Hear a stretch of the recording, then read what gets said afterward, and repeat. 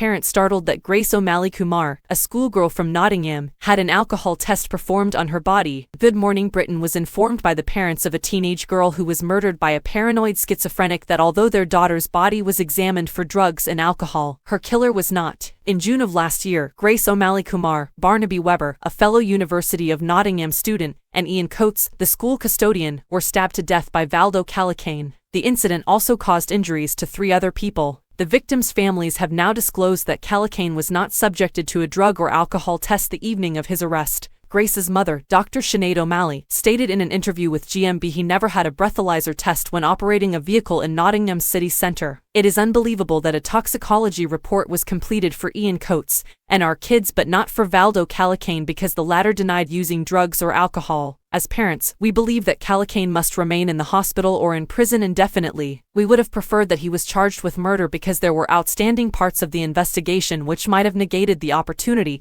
to plead diminished responsibility. Prosecutors accepted his pleas on Tuesday, January 23, finding him guilty of manslaughter and not guilty of murder, citing decreased culpability as a result of serious mental illness. The relatives of the victims are still demanding a public investigation into how the issue was handled. Grace's father, Dr. Sanjoy Kumar, continued, "It is completely absurd not to take drug and alcohol samples from a driver." Grace's grieving parents called it ridiculous that their son would have to keep fighting in the event that his sister's killer was freed in the future. "For the rest of our life going forward we will have to write to the Minister of Justice to ensure that doesn't happen, and when we're gone it'll be our son." In 2019, Callacane received a diagnosis of paranoid schizophrenia. He had been sectioned 4 times and had a history of refusing medicine, all of which the prosecution claimed contributed to his mental health's continued decline. The NHS trust where he received treatment has now been subject to a review of its mental health services by the Health Secretary. In addition to being on the mental health services radar, Callacane had an active arrest warrant for his 2021 assault on a police officer. A public investigation is the only way to obtain the facts and people to respond to you.